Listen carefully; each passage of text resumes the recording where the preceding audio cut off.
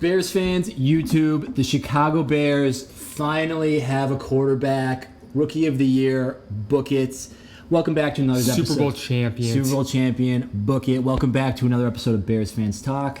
I'm Johnny CMD here as always with the main event, Kevin Haggerty. And it is a victory Monday, probably Tuesday when this video comes out. And Kevin's got a new tradition for us. So every victory we get, we're going to ring our triangle. And we're how many W's we get. And we're counting preseasons. So this is two. Two, ready? Very church house. Let's go. Yeah. Apropos of the Catholicism conversation that we were just having off camera, but great game. Unbelievable. Gonna get into it. First, Kevin, I just want to say thank you for bringing me and my wife Dairy Queen before we get started. I thought you talked more about the dividends I brought you guys. The tomatoes and cucumbers. Haggerty's Farm did pay a little bit of dividends today. All organic, which are phenomenal. But yeah, we got to DQ before, victory DQ. We can start adding that as a tradition as well. I would love that. People don't talk enough about how fucking awesome Dairy Queen is. I think Dairy Queen's the most. I worked at Dairy Queen. That's true. You did. I used to drink the milk straight from because dude, it's amazing. It's just like sugar they use to make like the soft serve. Yeah. So basically, it's just like the best chocolate milk you've ever had. Probably like triple fat whole milk. Well, yes and no, because like all they do is freeze it and it comes out. They don't mix it with anything else. It's literally just. I guess it's the same, but it's probably in a much more condensed form when it's not. It was delicious. Right. I'm just saying, it was a great job, the greatest worst job I ever had. I guess I won't knock it until I try it. But thank you for the ice cream. Of course, bro. To jump right into it. Yes. So I actually did not realize that this game was so early. I was out on a walk with my boy. I went into like a local pizza joint to get a slice on the way to the park, and I see Mitch Trubisky on the screen, and I go, "Is this game really already started?" So we did that. I got back. Luckily, I recorded everything, so I was able to watch the first two drives of Caleb Williams' career. Yep. Take me through what your initial thoughts were. So, before we get into the game, I just want to briefly mention Hard Knocks because my take on Hard Knocks. Do you want to start with Hard Knocks? Just because I was a little worried the way Hard Knocks was presented. Mm-hmm. I spent a lot of time talking about Caleb and he's going to be a rookie and he's going to have a lot of learning mistakes, and I'm like, yo, are they trying to like lower our expectations for Caleb and be like, hey, he's going to make a lot of mistakes. He's not going to be good. This is not C.J. Stroud. Like no one ever said he's not going to be good in Hard Knocks. Well, no, it felt like they were really trying to bring down my expectations. So like it takes time. It's not an immediate impact. Yeah. Some of the stuff they were showing was like not Caleb throwing dots out there, and I was kind of like, I had a bad feeling. I was like, this may not be good. And then he goes out and does what he does, and his pocket presence was phenomenal. Yeah. That was my first key takeaway. Like, offensive line held up, but still, though, his ability to extend the play, move out of the pocket, always had his shoulder squared to the line of scrimmage. Yeah. Unbelievable. The pass to DeAndre Swift, who I think everyone's sleeping on. Yeah. I think he's gonna be a bigger acquisition than Keenan Allen. I think Swift, because on the receiving side of things, DeAndre Swift is phenomenal, and he was underutilized in Philly. So if you want to take the point that he was underutilized, yes, but that's kind of a leap. I'm a little bit if Swift could be, he's going to be amazing. Could be overhyped. I think he could be overhyped. I don't think he's overhyped. It could go either way. I think it can go either way. Do you see his hands though? I can see what you're saying. It's not like that catch was a tough catch. But I'm just saying that's the type of player he is though. Like if he's going to be that safety valve for Caleb, Paco was kind of breaking down a little no-look pass to him. That was great. I loved it. So why don't we kind of do this chronologically? Because Hard Knocks came out last week. So why don't we start there? I think that's a better. So Hard Knocks, my first time ever sitting down and watching an episode of Hard Knocks. Yeah. Production was really good. Production is great. Production was great. And I agree with what you're saying. I understand what you're saying. Like, they really front-loaded Caleb with, showing a lot of mistakes and almost just, having, kind of moping around the field. Yes. Bad body language. Yes. But you know what? I don't think that... I didn't see it as... Even in the moment, I didn't see it as them being like, uh-oh, they think Caleb's no good. I think that they're building an arc. I think they're trying to show him bottom floor, and then they're hoping that this preseason is going to be like they're going to be able to slowly show like he's coming into his own. I think that's the arc they're trying to build. Yeah. Or they're going to, if he ends up being bad, just kind of be like, well, we called it from the beginning. We saw it. Yeah, so I think that's the two hedging their bets. The two angles they're trying to play, because like when I was seeing, because they showed a lot of his bad plays, Yes. but at that point in camp he wasn't like all bad plays. They could have decided to show a lot of the good ones, but they didn't. But I felt like they were like, it was like more negative than positive is what I felt like, and I was like kind of 100%. taken aback by it. Yeah. And like I was worried. I was, and like him coming out in the first preseason game, like we have a quarterback, and like I'm not saying Super Bowl, but like I'm realistic. But you like, did say Super Bowl right before. Yeah, but I'm feeding into it. What I'm saying though is that he is competent. He's the best quarterback we've ever had. 100%. Like, and I'm not even exaggerating. I just need your 100%. It's hard for us to say that, but I really do feel that way already, man. Like it's crazy. He looks different. Yeah. He plays different than anyone else we've seen. He's exciting. He's fun. It's going to be a great season. Yeah. So, and a couple of like standout moments from Hard Knocks is there was I think it must have been after like a tough practice. It was him in the Eberflus's office. Yeah. And I think Eberflus was like trying to like shower some praise on him a little bit. Yeah. And I really related to him in the way that I feel like this is kind of the way I would have felt, or the way I kind of responded. Like Eberflus was like, "You're doing this really good. We're coming a long way in here." Like, just it was nothing but praise. And then Caleb kind of responded with like, "I need to do this better." Yeah, I need to do this better. Like, I don't really think I'm here on this. And like not even just kind of like in like a whatever kind of way, not like a kind of just like making it up kind of way. He really sounded like he wasn't where he wanted to be, and he wasn't accepting any of his praise. And like I feel like I saw a lot of myself in that. Yeah. Like when someone's like wants to get better. Yeah. Yeah. And it really speaks to the humility in a guy. I think we've already decided that Caleb Williams is not like the star Hollywood guy that he was trying to be painted as like 3 months ago. I think we've already decided that's not the case. Yeah. But I feel like this first episode of Hard Knocks really solidified that for me. Yeah. Well, actually, the funny thing, did you notice what happened at the end of that scene? Oh, are you talking when he picked up like a purse? Is that what you're talking about? Yeah, that's exactly what I'm talking about. I didn't catch it in the moment, and yeah, it kind of did look like a purse. Yeah, it did. That's fine, man. It's fine. I'm just saying though, like I saw that, but it's just like that stuff is just the type of stuff that can get blown out if he plays bad. It doesn't look like he's going to play bad. But yeah, saw that. I didn't like on Hard Knocks how much time they devoted to Eberflus and his haircut. They really did. They really, really did. They like way too much time talking about his haircut. And then the other thing too was like, when they were at that location when he was wearing like the tan. Oh, like his house. That was his house. Yeah. It looks like a fucking country club. Yeah, it looked great. Yeah. I'm like, how disconnected is he from like the average folk? Like we're sitting we're sitting in a nice house in Edison Park. This is a beautiful home, right? Thank you. I appreciate that. Like this doesn't even compare to what he had. Like he is. Are you mad at Eberflus for being rich? No, I just feel like he's just. Like, they didn't need to show how disconnected he is from the rest of us. Like we get it. He's a multi-million-dollar head coach, right? But it was just like that's his house, and again, like he's not even that good of a football. Like he hasn't proven anything. I don't know. Again, that's not really my takeaway. I think Eberflus. I didn't like it. There's another big arc that needs to be developed here, and it's the Eberflus arc. And it's just like he needs just as much as Caleb Williams. Caleb Williams probably does not need to have a great season. Eberflus needs to have a great season. Yes, he does. And I think he needs to be the focal point of like where he's probably the most dynamic person in this whole situation. I don't think he's that dynamic. Yeah. I mean, I don't know. I think he I don't know. I'm glad they're showing he needs to be. Yes, he needs to be. I'm glad they showed him because you saw a little bit more of his person. But I still didn't see much out of him. Like when he met Nick Saban. No, I like that. I like that scene a lot. He didn't do anything. But that scene was focused on Nick Saban. Obviously, Nick Saban dictated for 15 minutes of that episode. It was a big deal for Nick Saban. Of course, Nick Saban's going to get the screen time. It was a big deal for him to be there. He's literally just sitting there, like not taking any notes, like just chilling. Like, I mean, bro, like, I just thought it was like that's what we're going to focus on Hard Knocks, having another head coach come in and talk to another head coach. Well, no, I think Saban made a lot of really good points.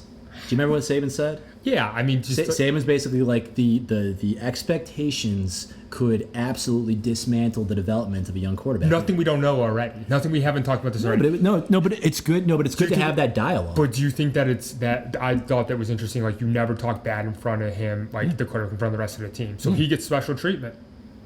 I mean, kind of, yeah. I mean, you should as a quarterback. Coming from a former quarterback. Yeah, absolutely, man. I mean, I think it's great when your quarterback gets chewed out like you're just like everyone else on the team. You're not above it. I mean, there's the two schools of thought. The quarterback needs to be seen as a team as like kind of like this like above. I think he needs to be seen as like higher than everybody else. I think he does. He needs to be seen as that leader. He does because of the stakes and because he's the number 1 overall pick and everything that's going on. But I disagree with like them saying it out loud. I guess. Like I get the concept, but I don't think it should be written. I don't think it should be documented that that's how they're treating Caleb. I get the concept, but it shouldn't be out there in plain sight. Yeah, with the quarterback that's true. I mean, like I could see, but like behind closed doors. How are you gonna avoid that? And it's not Eberflus that said it; it was Saban that said it. So and he fucking agreed with them. And then he's like, "Oh, you do need to see from his perspective." Here's another interesting thing too. Eberflus isn't a fucking quarterbacks coach.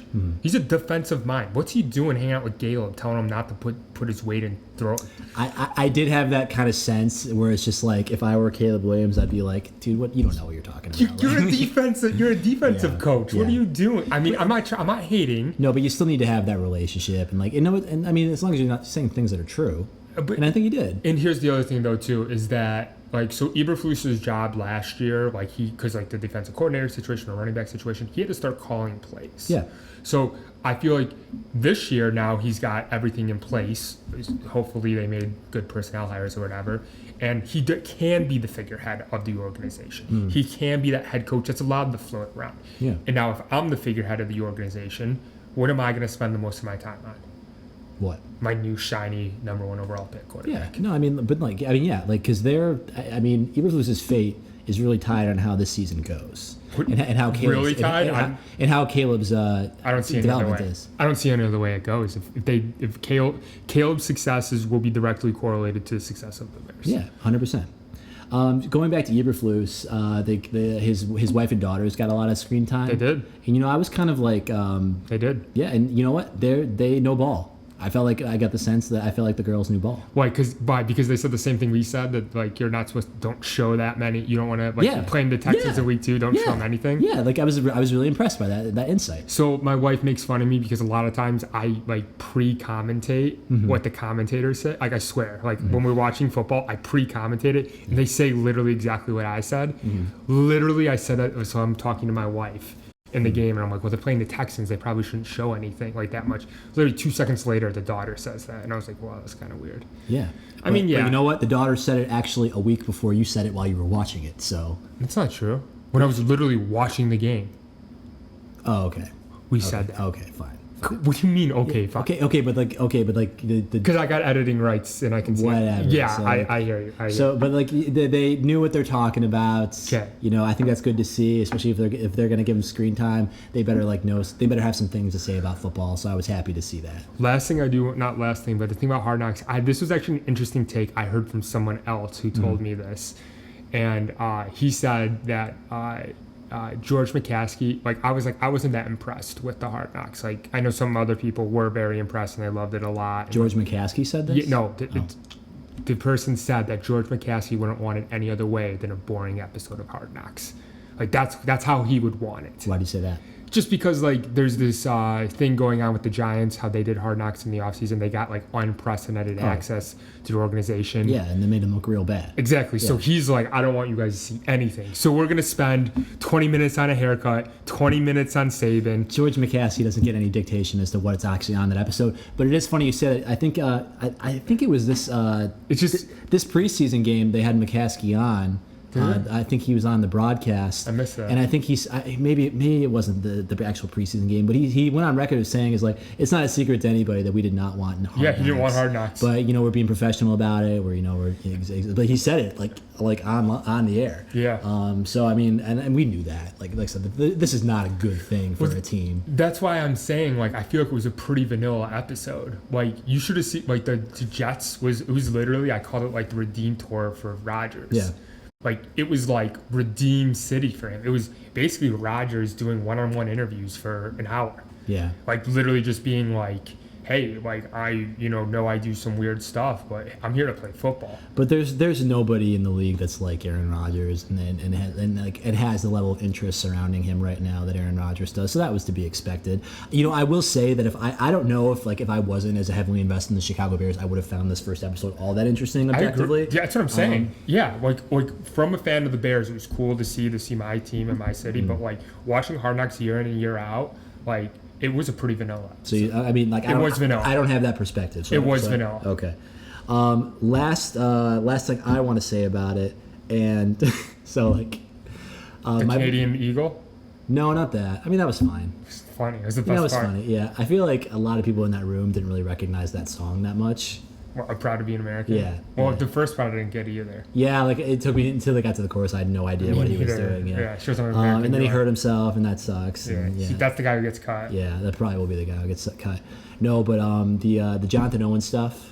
Oh yeah. So, my brother texted me. He sent me a clip of when Jonathan Owens is like ducking under, like going over the sensor as his garage is going down. You know what I'm talking about? Yeah. And the caption was just like, "Oh, one of us" or something like that. And my brother was like, "Dude's got a single fold-up chair in his garage." And then Michael told me what he thought about that. But like, what's your thought when you see that? Like there's a fold-up chair. There's like literally nothing in his garage. Okay. And then, like some stuff, and there's like a single fold-up chair. What do you think? What do you think of? Now, given the context that I was given, he probably goes up there in tokes. Yeah. That's what my brother had to say. But my first thought is like, you know what? A garage could be a vibe. Like you could just like sit and crack a beer and like or rip a rip a blunt. That's really what my brother was like. He's really one of us. Yeah. You gave me the context. You gave away the answer. I guess probably. Yeah. You could have said someone else. Well, I mean, like I responded to my brother like I don't know many people his age who don't smoke weed in this day and age. Yeah, I mean, so it's not like I would have like it's not really just if he goes outside occasionally and smokes a joint. It plays. I don't know. It plays. Maybe you can't as a professional athlete. Is it still like illegal? Do they drug test you for weed in the NFL still? Did Josh Gordon ever get justice? I don't know. I don't know actually, but I don't know actually. I feel like they pick and choose when they want to would crack down. Like, I mean, Josh Gordon. I mean, say what you want, but like there were flashes of him being great, but I don't think he was ever going to be like the next Randy Moss. I don't know. He got a lot of time taken off his career for marijuana. But even when he came back, he wasn't even that good. I don't know. But like, I don't know. But for the record, I don't think that's actually why Jonathan Owens has a chair out in his garage. It was just a funny comment. What's the difference if he's cracking a bear or smoking a joint? No, there is none. Same concept. He's going out there for a vibe. Yeah, from my perspective. Yeah. Simone's like, what are you doing? Smoking again? Yeah, it's like, don't do that in the house. In the house. The dogs are inside. They're three. What do they have? Frenchies. Frenchies. That's what they are. My wife's like, oh, so cute. I'm like, I love our dog the way it is. But let's talk. I think we covered Hard Knocks. Let's talk game. Yeah. Let's talk preseason game. Like, I think we kind of talked about from the get go. But like Caleb Williams, like I'm not trying to overhype it, but he just looked just different. So I'm not going to overhype it either. And I will. But before we get into it, I got someone else who wants to overhype it for us, and I just want to open up with this right here. Bears fans, what'd you make of Caleb? First drive, pretty nice. Pretty nice. That throw down the sideline, there's a name for that. It's called effortless. Effortless. That's what the great ones can do. Looks easy. So, Colin Cowherd. Yeah. We had one of our more successful videos a couple of months back was when Colin Cowherd came out and said Caleb Williams doesn't want to go to Chicago. Yeah. They can't create a quarterback. Yeah. They got no supporting cast around him. He doesn't want to go there. Yeah. Not 24 hours later. Yeah. He goes on his program and redacts the whole thing. Comes on 670 score. Apologizes. ESPN 1000. Not apologizes. He was just like, so they actually don't feel this way. Apologizing. It's a little overstated. I don't think he did not apologize. But tail between his legs, clearly what happened. Yep. I'm so hot about this every time I think about it. Yeah. Like this, Chicago Bears fans, this guy is the villain. You know, back in the color days, it was Stephen A. Smith. This guy is even worse. He's up there hyping up Caleb Williams because he obviously has some clear vested interest. He has some relationship with USC and the Caleb Williams camp. Yes. And I think that he either reported a story that wasn't true or that was not supposed to be out there. And the Caleb Williams camp said, you need to go and turn this around right now. Yeah. I have never seen a national pundit go on such a tour to take back something he said that Caleb Williams doesn't want to go to Chicago.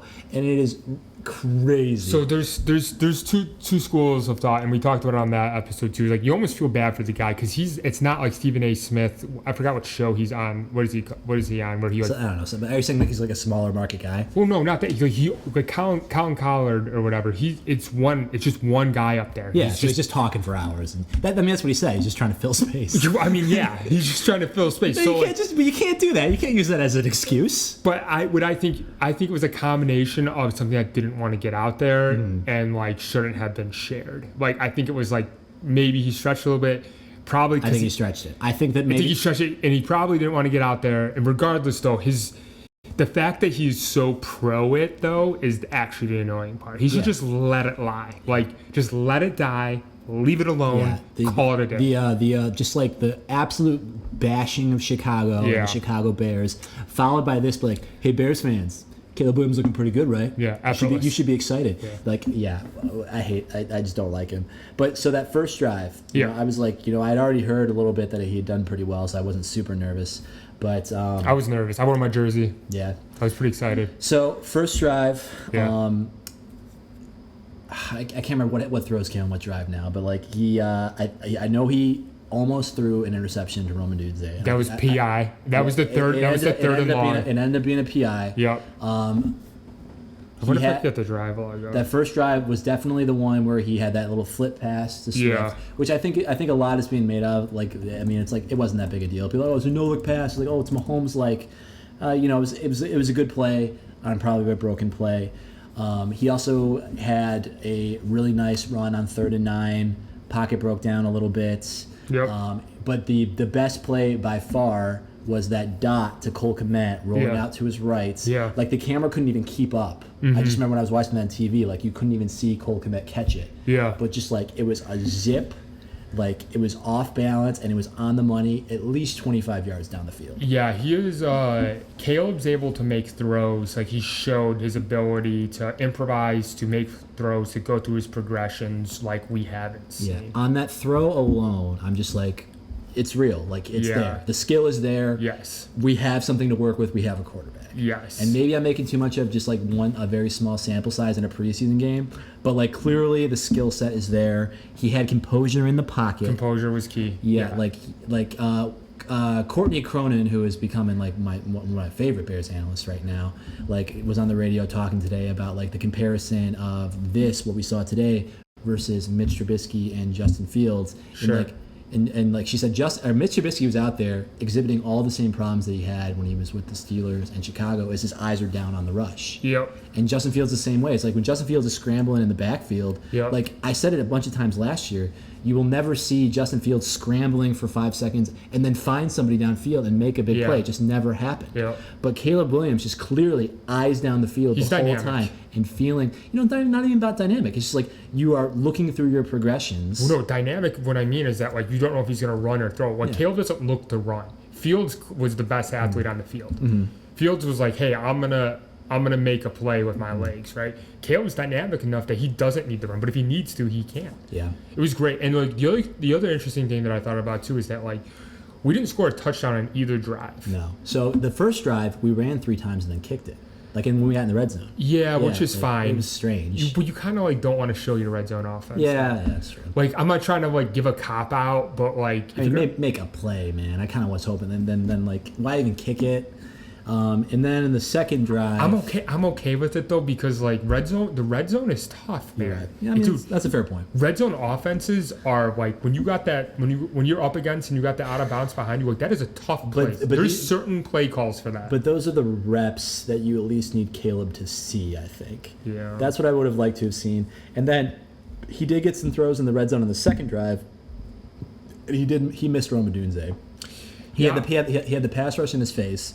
It was a safe, incomplete throw, at least. Would have loved to have seen Rome catch a touchdown. Yeah, to me see too. that connection there. That would have been, we would have this conversation at a whole nother level. I know. If we threw a touchdown to Rome Odunze. But the fact we're still hyped, given like there were no touchdown passes, is phenomenal. Yeah. And like I saw, just seeing it though, like seeing like, hey, this guy can actually make some plays.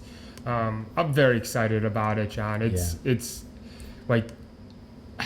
And then being lost in every, like, all the offensive everything like this, and granted it was like, we're seeing mostly Mitch Trubisky sacks here, but the pass rush is one of the big question marks for the Chicago Bears right now. But we recorded 8 sacks, swarming into the ball. We talked about it last week. I just really feel like everything has looked very sound. Like, we beat the first and second teams through the first half, but then we destroyed them with our depth towards the end, which is really encouraging. It's like, it's preseason, it is what it is. These wins don't mean anything, but we beat them 33-6. Yeah. We had a pick 6, we had 8 sacks. Yeah. Clearly we got some guys on our scout team or kind of in the bottom of the depth chart that are going to provide good looks. Well, when they were in the red zone, I think it was in the second quarter. Did you realize the guy who almost got the pick was number 1? You know who number 1 is on the team? Jalen Johnson. When did he? Well, okay. So I think I think that's new news. I think that they were talking. I think Jim Miller was. Everyone learned that at the same time. So number one, and I'm like, Johnson. That can't be Jalen Johnson. I like the move. Well, he's not wearing the orange. Remember the orange loose the long Under Armour? sleeve that was underneath. It was super loose too, and it was orange. I was like, that was like his MO. Yeah. Like now he's not, and he's number 1. I don't know. I like the number 1 change. I like the non-orange on him for sure. But I was like, shit, this is still our first team defense, and they're in the red zone. I was a little concerned there for a second. Mm-hmm. I was like, what? Where's this? They held, right? But still a little concerning. Yeah. And then Vallis Jones dropped a punt return or kick return. Yeah. Which I looked it up. He had 2 muffed punts last year, and both of them were in the fourth quarter of losses. Yeah. Vallis Jones has really not been on my radar, but I think he was a third round pick last year, and I think was at Ryan Poles' inaugural draft. Yeah. So I think Poles is they're going to give him every opportunity to try and find a place in this offense. I think he's just like a dynamic athlete. They're hoping they're going to make him into a Cordell Patterson. I don't know if it'll work out or not. I think he makes the team. Yeah, he's definitely going to make the team. You're saying he might get cut. I was being... Hyperbole? Yes. Okay. So I'm curious to see what the Hard Knocks, the second episode, is going to be, because they'll have edited the game in. So yeah. I'm curious to see what they're going to say about Caleb. So that'll be airing tonight on the day that this episode goes live, and we'll be talking about that next week. Well, here's my fun stat. So it took me a minute to find the box score, but interesting enough, do you know, if you had to guess, someone who did not make a catch this game? Rome Odunze didn't. Rome Odunze didn't. No. There's someone more important. Keenan Allen. Someone even more important. Who? Colin Johnson. Oh, okay. Colin Johnson didn't even play. He didn't even really? Didn't even record a snap. Why? Interesting. Interesting is right. I guess I didn't notice that. I said that was an interesting fact, wasn't it? Maybe he was hurt. I don't Probably know. Scratch. The 6'4", 220-pound beast, 2 touchdowns from week 1. He got some airtime in the Hard Knocks too. Well, talking about Jerry Rice and didn't even record a snap. Maybe that could be a good thing from his standpoint. Maybe they don't need to see him. He's not one of the ones, but he's also not one of the fringe guys in their mind. Maybe they just don't need to see him out. Well, that roster spot is between Vallis Jones and him probably. So yeah, they got to get some Vallis Jones some looks, and I don't know. I think just 2 touchdowns in a Hall of Fame game isn't enough to make the roster. No, I don't think so either. But maybe just kind of give him some more reps. I don't know. It's an interesting point. Yeah. So I guess we'll have to see. When's the next preseason game? Saturday. And it's against Joey B. Is it? Yeah. Is he still got the Eminem look going on right now? Slim Shady? I don't think he would have turned back brown yet. So I heard it was for cancer or something. By the way. No, he said he was bored. I heard it was cancer. I don't think he would have said in a press conference he was bored if it was actually for cancer. Maybe his agent after the fact said "Hey man, just say it was for cancer." Maybe. He literally came out on a press conference. I know, but I thought it said it was for. Well, it could be true. I don't know. Whatever. Last preseason news: Justin Fields goes out there with the ones. and it came back. It came out last week that I think you sent it to me that there was, and I think your post is a little bit overblown, but you sent a post that there was a real quarterback competition between Justin Fields and Russell Wilson. So I saw the start of the game too. So Fields started, Russ didn't play, but guess who led the team out of the tunnel? Who? Russell Wilson. Yeah, because he's still the starting quarterback. He's definitely the starting. Yes. I think it's like we're not even playing him in the preseason, sort of starting quarterback. I don't think you do that. I don't think that's a smart move either. But when you sent me that, I realized we'd had the rhetoric like, yeah, we like Justin Fields, we hope for the best. But when I heard that, I was just like, I need him to be bad. I need him to be bad for my mental health. I need it to be proved. And it's wrong. I still root for him. It's a toxic thing in my mind. I still root for him. I don't like it about myself, and I superficially root for him. But I think something deep down inside me, if he turns out to be decent or like at least playable, I'm gonna be like, ugh. But John, the thing though is that like I want best of both worlds. I want Caleb to be everything we saw, and I want Justin to have relative. I don't want to be as bad as Mitch.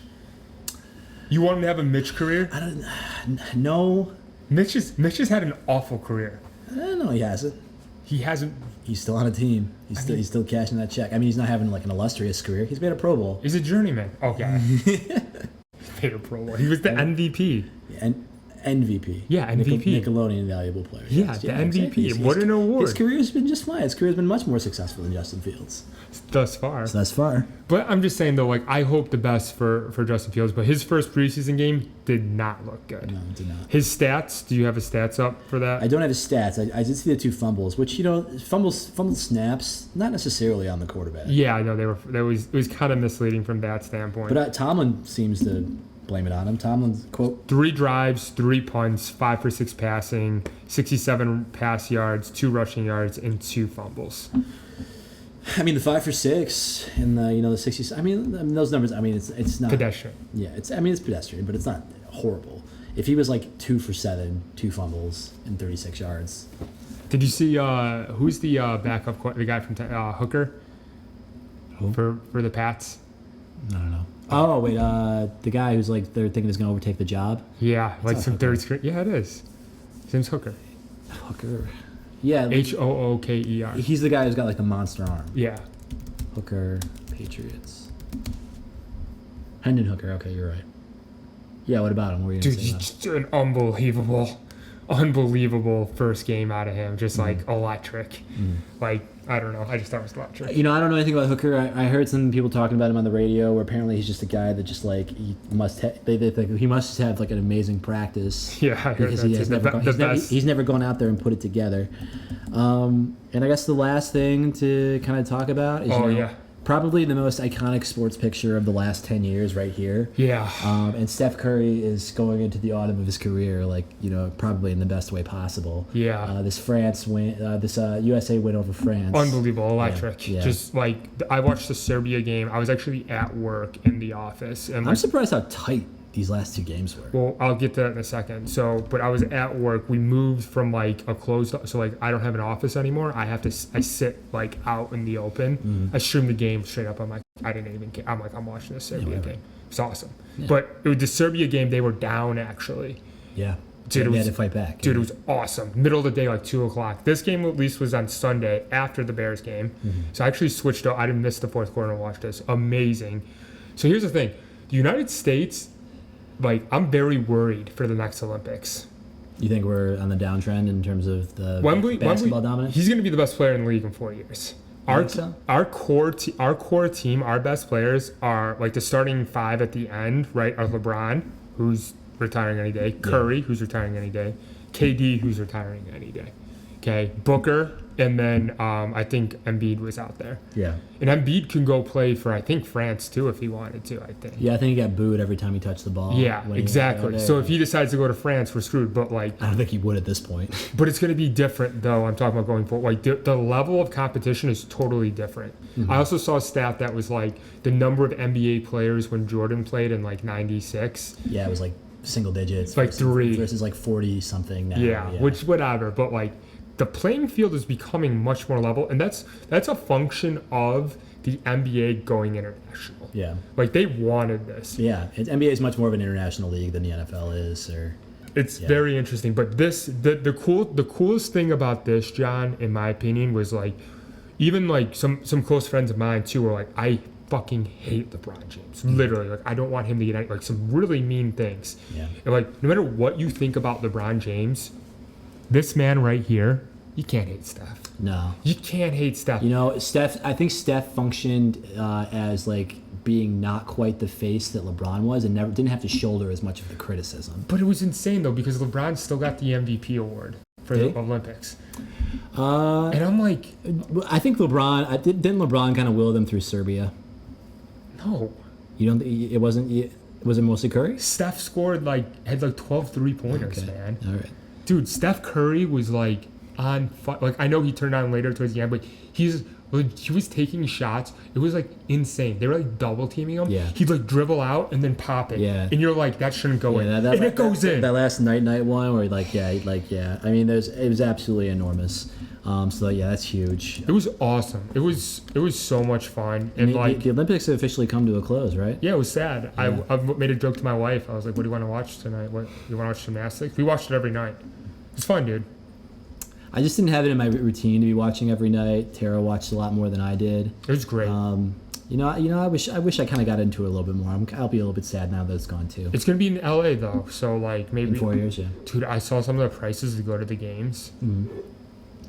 They're already listed. No, like for Paris, Yeah. thousands of Thousand? dollars, Yeah, I bet. like thousands. I don't think I would have a lot of desire to actually go to the games. You know, I mean, What do you mean? It'd be epic. it would be, but I think sports is so well done on TV now. Lots of people have decided lots of people say I'll never go to another Bears game again.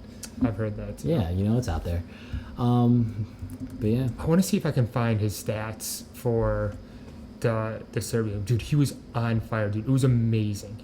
I'm not gonna find it. They hide the stats. It was very hard to find. But dude, he was on fire against Serbia and on fire, dude. He is in this picture, like you said. That's gonna go. That's like his Jordan. That's like his the shot, Yeah. Game 6. Yeah. That's his photo. this is what's going to be like on classrooms and stuff. On classrooms. yeah, yeah. And the final medal counts. China was able to creep back in to tie the United States with golds. Actually, Quite the gap between everybody else too. so Google. I actually noticed this because this was my my background for the longest time. Google Jordan Game 6 black and white. What? Jordan Game 6 black and Well, what white. is that? Just Google it. And you go The images. shoes? Nope. That photo right there. Oh. That was my background for the longest time on my computer. Owens had it in his house framed when he was watching Simone Biles. Oh, really? Yes, he Oh, had that interesting. framed in his house. Cool. And I had that. That was my background on my computer for the longest time. So that is going to be the Curry photo. Do black and white and just have like Curry that would be his photo. But I don't think there'll ever be someone like with the icon that Michael Jordan was ever again. Never. I don't think it could exist. I mean, it's nearly impossible. But Yeah. I think Steph did an amazing job on a world stage. Yeah, but this is a picture to behold right here. That's what I'm It's just so saying. crazy with how Dude, it is. and just the way he just so exaggeratedly swung at it too, just kind of made the picture even more epic. He's 7'4", right? Maybe bigger. Is it Wemby? I thought he's 7'7". Wembiyama height. Oh, he's 7'4". Okay, you're right. Crazy. I know my shit. Yeah, you sure do, Kev. That's why you're such a great host of a podcast. But anyway, on that note, guys, thank you for watching. Really appreciate it. Please comment. If you're watching this, comment. Comment. I get text messages from people with comments. I'm like, just put it there. I agree. Boost the algorithm. Yeah. Let's get it out there. We'll argue with you. We'll Yeah. like it. You know Yeah. what? We'll talk about it in the next episode. So please comment, subscribe. Let's get to 100. Let's get to 100 subscribers before the season starts. All right? Before the season starts, before the season ends? before the season ends. Because we can do it before the season ends. I would hope we can do it before the season ends. I sure hope so. All right. That's all I got. Kevin, I'm not wearing a hat again today. You want to try another hat flip? See if I can get it there. Ready? Peace. Oh, short. Fuck. Do you hit it every time?